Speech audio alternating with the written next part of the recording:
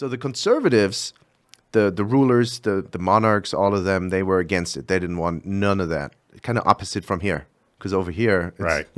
But in Germany, the liberals, the Democrats, they said, no, the people need to be armed because, the monarchs. We need to stand up to the monarchs. Inland Empire gun owners strive to be the ounce of prevention in the fight for your gun rights. How do they do it? They do it by fundraising and getting local pro-gun candidates elected. Become a member today. Go to iegunowners.com/join and join the growing number of responsible gun owners stepping up to defend our Second Amendment right. That's iegunowners.com/join. All right. Subscribe and win. Subscribe to our email list and win some swag. To subscribe, you go to gunowners.com and sign up for our email list, and you'll be up to date on all the happenings, all the Gun Owners Radio ins and outs, ups and downs, and happenings throughout the week. If we have some kind of special something or other going on, you'll learn about it. Or if we put up a new show, whether on podcast, Spotify, wherever you find your podcast, you'll find it there first. So subscribe and win. This week's winner is Fernando Robles. Is that how you say that? Robles? R-O-B-L-E-S? Robles. Congratulations, Fernando. Email prizes@gunownersradio.com to claim your T-shirt or hat. That's prizes@gunownersradio.com. Free training for members. Winners will be announced today. We've been talking about this for a while, I believe. Mm-hmm. So let's see what this is. This is a basic pistol shooting course from San Diego Firearms School. It's a $140 value. Matthias, how are you, sir? Splendid. How about you? Fantastic. Now, you donated this, right? I did indeed. Well, thank you so much. It's extremely generous. Yeah. And you presented at the gun show, the symposium, the CCW Lifestyle. How did that go for you? That was fun. Yeah? Yeah. What'd you like about it? I liked that the variety of topics, the variety of speakers. Yeah. Yeah. And what? So you donated the basic pistol shooting course. What is that gonna? What do they get? What do they get in the basic pistol shooting course? So that is an 8-hour class. Wow. It is NRA certified. Nice. 4 hours in the classroom, 4 hours on the range. Yep. We'll cover everything from safety. We'll start with that always. Safety, how the gun operates, how to maintain it, selection of ammo, shooting fundamentals, of course. And then later on we go to the range and put that all into practice. Nice. And you donated that, and a bunch of people signed up, and we have one winner we're going to announce right now. The winner is George Dorr. Congratulations, George. That's George Dorr, D-O-R-E, George Dorr. I believe that's how you say it. Is that how you say it? I'm having a hard time with last names. Alicia, can we get a ruling? Is that how you say that? Yes. Excellent.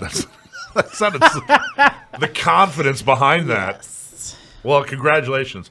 Thank you so much. So you're going to teach George, or I don't know, he might even want to donate it to somebody else, but the point is you're going to get a new student, and I can't tell you how much we appreciate you donating that and being a part of Gun Owners Radio. That's awesome. Yeah, it's fun for me too. Yeah, and we're going to spend a couple of segments talking to Matthias and talk a little bit about your history. We're going to talk a little bit about what you do and all kinds of really interesting stuff.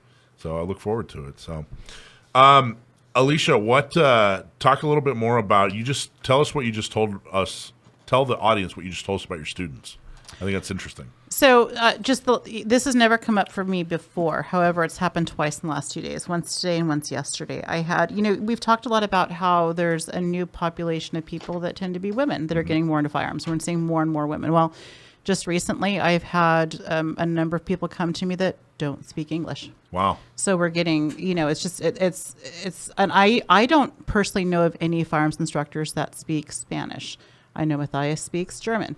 So I'm kind of getting like a little Rolodex of people that, if I get people that have certain needs. However, these people are Spanish speakers. I might be able to order a burrito if I'm lucky at a taco shop. So my knowledge there was a little interesting.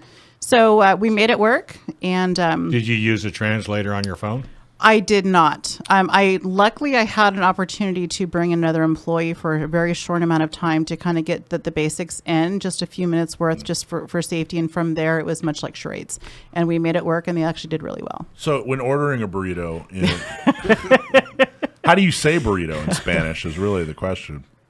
You probably have to roll that R.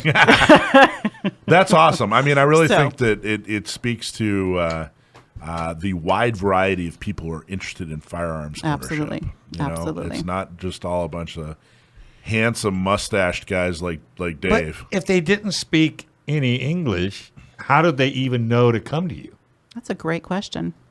Well, they're Wish I could have communicated to find out. Yeah. I mean, there were customers at DGM, right? Discount They Gun. both booked with me themselves online through the website. So, Which website? well, DGM has a website. You go to discountgunmart.com. Okay. So, yeah, private So- lessons can be and booked. and that's not in Spanish. No, it is not. You're right. Well, but you can tell, like, it's just a calendar. Like, you know, they know that. Well, the they don't second know what one they're on there is signing Monday. up for. They could be signing up for a burrito class. Well, maybe they hablad the English. You know, that would drive me crazy. I would definitely hunt them down and say, "How did you even find out about us?" Yeah, well, I think it's awesome, and they did well. They did well. You got them on target I did. and taught them all kinds of safety. I Well, did. how do you know they did well? They didn't talk to you. See, the target's very visual, Dave. Okay, I just checking. They actually hit the target. They did. You think they'll be back? They did. Yeah. She hopes not. They took my card. That's awesome. I think so. Well, congratulations, Matthias. Do you speak Spanish? I do not. Not today. No, I don't speak I Spanish. wonder what Spanish would sound like with a German accent. I don't know. I'll bet you I don't that'd- think I bet it'd be pretty cool. I don't think Have a 'em roll German that R. accent is one of the more attractive ones. I don't think it is. Well, I got to tell you, being an instructor with like a German accent, like I'm listening. I mean, to you, it has Ronnie. authority, but it's Yeah. not attractive. Yeah, but see, every time I hear him talk, I think of Sergeant Clink. Clink. I can't help it. And I love that. I Colonel love Clink. that accent. Yeah, I Colonel love Clink. that accent. I think it's. You know what? I should be a bad guy on an Indiana Jones movie. Yeah, oh my God! Then all your skin will fall off your face. But you know, I think people with that. I mean, I do enough radio. I like folks that have an accent because it differentiates between who's all sitting around the table. But I just think I like listening to it. Well, I wouldn't even say that you have like a thick accent. No, You no, just- no, no, you no. just- You have very good diction, right? You're very you. Yeah, thank you. I Yeah. think you're very deliberate. He's been at Chula Vista long enough to where it sounds pretty good. Where I just kind of like half my words kind of get all Slurred. slathered together, and people are like, "What?" And I'm like, Yours "Oh, is yeah." new skis. That's what your problem is. Well, it is kind of weird. My old man's from the Midwest. My mom was from Philly. I grew up in the South. Oh my So Lord! it's like this weird conglomerate. And then of- Hawaii. And then, well, yeah, Hawaii. I don't know what that did to me. But it was awesome. Yeah. Well, cool. Well, Matthias, we're looking forward to talking to you. I really, truly, for those who don't know, we're also going to do we're going to talk about certain subjects, but I had such a good time speaking with you at the symposium. You and I kind of pulled up a chair and just kind of had a great conversation that it has inspired me we're going to do a Magnum episode. We're going to record it next week. And we're really going to talk about your past and how you got that German accent, and it's just absolutely fascinating. So there's a lot of things that we're not going to touch on that we talked about in the upcoming interview. I really want to talk in the upcoming interview. We're going to talk about your training and your philosophy and beliefs as far as training goes, and all that other good stuff. But I can't tell you how much I appreciate you, all the support you give to San Diego County Gun Owners, all the support you give to Gun Owners Radio. Super generous. Well, He I doesn't appreciate have a it. watch. He doesn't have what? That's the first thing I looked at. That's the first thing I looked I wonder at. if he has a what? He's got this new thing now. It's on Instagram. He takes pictures of total strangers. If you got a cool watch, you're going on Instagram. I think he probably saw me. I found a dude with a Rolex at I know. the gun show. I know you did. You saw. One of these Last- days, you're going to get punched. You know that? I'm not gonna, I always ask them. Last week, my waiter had a super nice Rolex on. Yeah, so I hope you I'm tipped like, well. oh my god, he should be tipping me. His watch was better than mine. As soon as you said that at a restaurant, Yeah. like, God dang, were you eating? I'm like, brother? Rolex. All right, you're not getting it. Tip. I thought that was Denny's. I don't know. Who at Denny's is a waiter? Hey, is there a better tool that empowers a woman to defend against an attacker that's 100 pounds bigger? Nope. That's why it's so important for women to learn how to defend themselves with the most effective self-defense tool ever invented. For women, led by women, The Not Me program is designed to help with the training, purchasing a gun, and getting a concealed carry permit. And guess what? It's free. Sign up, go to notmesd.org, notmesd.org. You know, I've done this at least 10 times. in the last 3 days. What? Every woman I meet, I tell them about this. You've Not met me, 10 women in the past 2 days? Well, I get a lot of them at KUSI. Where are you meeting all these women? Oh, you want? Oh, to you know? told them about Not Me? Yes. Oh, that's cool. I tell Desi was everybody. she was just on there Saturday morning. Did you see her? Nah, I missed her. She went on there Saturday morning, and she's not going to be happy that you weren't watching. So you better Don't change tell your story. her. And we'll cut this. This won't make it to. Oh, that's right. She listens. We'll cut this out in post. She does this. God, I'm in so much trouble. She's done such a great job. She's. But I seriously, I mean, do you do that? Every woman I talk to, I don't know about I every bring woman. I bring up the topic. I was just had two guests that were on at the last show. Yeah, you pushed Not Me? mother daughter. Yeah. Yeah. Well, good. That's awesome. Anyway, Are you familiar, Matthias, with our Not Me program? I have mentored.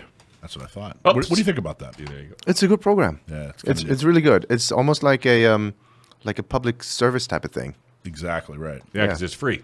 Yeah. Wait a minute. He's a guy. How can he mentor it? Mentor is different than an ambassador. Yeah. Oh, okay. Thank you, You're Alicia. I was trying to get in there.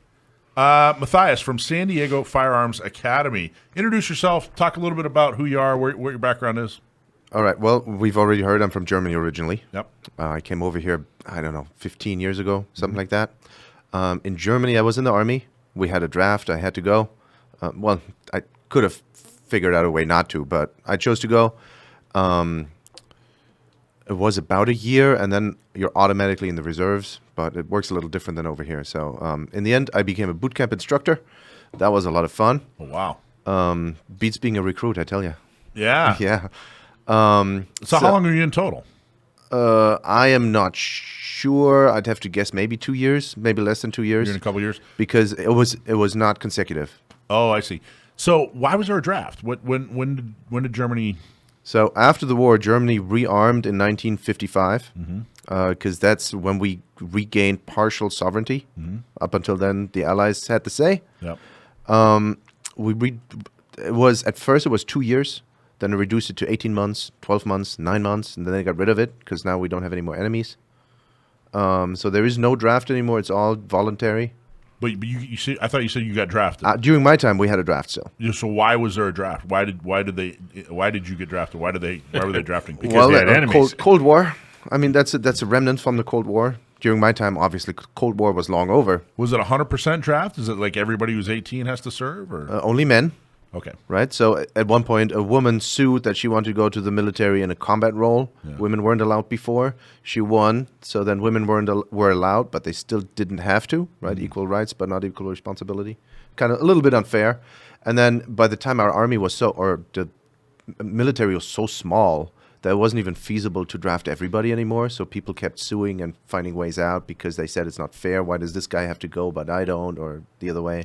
I know this buddy of mine that I went to high school with, did 20 years in the army, and he went through one of a major school. It was either he became an officer. He also went to Ranger School with a guy who was German, and he was like, "Yeah, I wanted to be in the military," and he basically was like, "There really just isn't that much of an opportunity in Germany," and just said, "Forget it. I'm going to be an American to go join their army." So. Yeah, so during my time, the army was so small that there technically was a draft, but not everybody got called. I see. I got called, so I went. Did you enjoy being in the military? It was nice, yeah. What'd you do? So boot camp, 3 months. Then my dad kind of placed me somewhere, right? Because he was in the army for 35 years. He knew everybody. He was what's before sergeant major? What's below that? Oh, the American equivalent. Yeah, Sergeant Major. Whatever that is. Yeah. He was an E6. Our ranks are a little bit different. Yeah. And he was in Afghanistan. He was in Kosovo. He was in the anteroom of a bunch of generals. So he knew everybody. And I wanted to go to law school. So my dad said, hey, put this guy somewhere that'll help him for law school. So I ended up in the equivalent to the Pentagon. That was super interesting. Saw a couple of things there that wasn't on the news, but nothing super crazy. Yeah. It's not a Pentagon? Well, It's a parallelogram or something else? yeah. It's a No, square. it's the Ministry of Defense. Oh, okay. But, you Well, know. that's cool. Well, that's a good experience. That was pretty cool. Yeah, I saw a couple of interesting things there. Something you can talk about? Or He'll have to shoot you. We had a delegation there from Uzbekistan that wanted to find out about how we do our draft.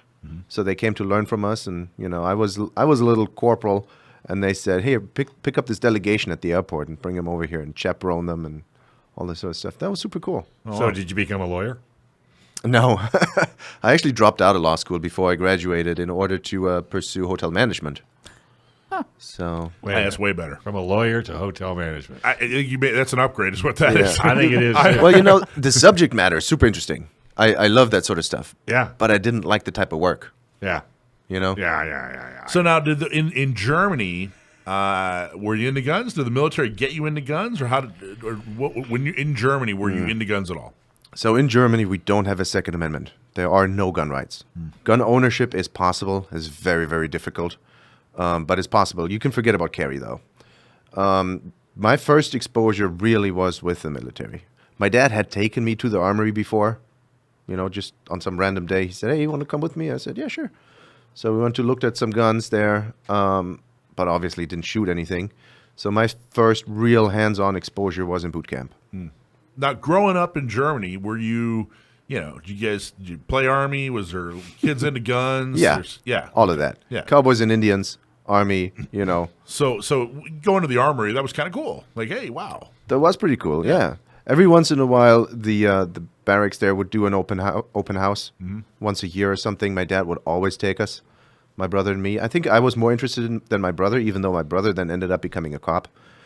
Climb around a tank and do all that sort of stuff. It's pretty cool. Is that why you noticed this? Yeah. That's what Right. I mean, yeah. Yeah. Well, I joined the Army to go to Germany, You did. and they sent my butt to Korea. And I had to build Very one different. of these Oh, wow. From scratch. from scratch. I'd been down for 3 years, Like a Lego kit. like a Lego kit. Yeah. Nice. But I always wanted to go to Germany. But Well, why don't you? well, I'm not now because I'm not joining. I mean, they wanted me to re-enlist. I said, okay, well, any place in the United States, Why did you want to go to Germany? because I wanted to go to Germany for multiple reasons. One, it was massive tanks in Germany. Yeah. Yeah, big armor divisions over there. That was interesting. It wasn't like, Yeah, my dad I thought was maybe in- it was a cultural thing. Or No, well, and then plus two, to be honest with you, I wanted to build a Lotus Super 7 in the auto shop and then go to all the schools, the driving schools, because Germany and Britain, they all had driving schools. We didn't have them in the U.S. That's interesting. And I wanted to become a race car driver, and then I was going to come back to the United States and not be looking at you. But unfortunately, That's Korea, yeah, but that's They, another story. well, But Korea, I noticed they he's have the first Kia. guy that's looked at this shirt Yeah. and knew what he was looking at.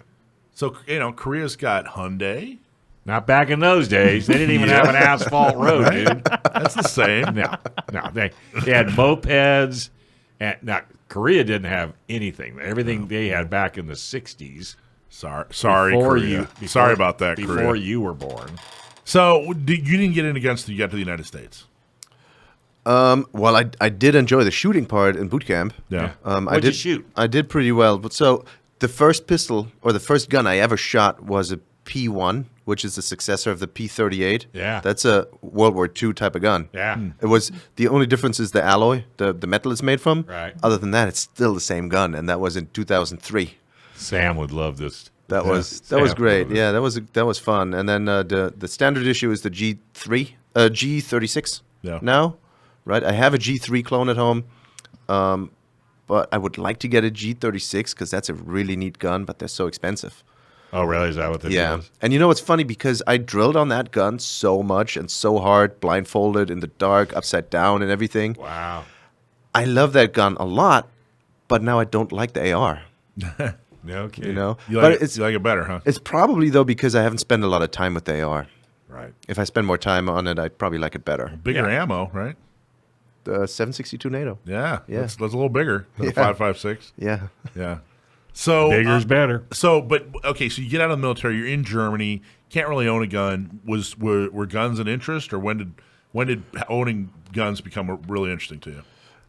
For me personally, it was not an interest, but only because it was not an option. Yeah. Had it been an option, I probably would have been interested in it. a friend of mine has a farm, right? And he has livestock. So he went to try and get a gun, and they asked him for necessity. In Germany, you have to prove necessity. And he said, well, I have geese. I have a problem with the fox. So they told him, well, your need is fulfilled by this specific gun. That's what you can get. Oh, wow. That's funny. Yeah. Why do you think that? Why was it so restrictive? How far back do you want me to go? Yeah, I was just going to say. Well, I mean, I think, I don't know, just in general, maybe from 30,000 feet, were they just influenced by all the other European countries? Was it left over from World War II? Or what are your thoughts on why it was so restrictive in Germany? So, very briefly, I'll go back to about 17th century.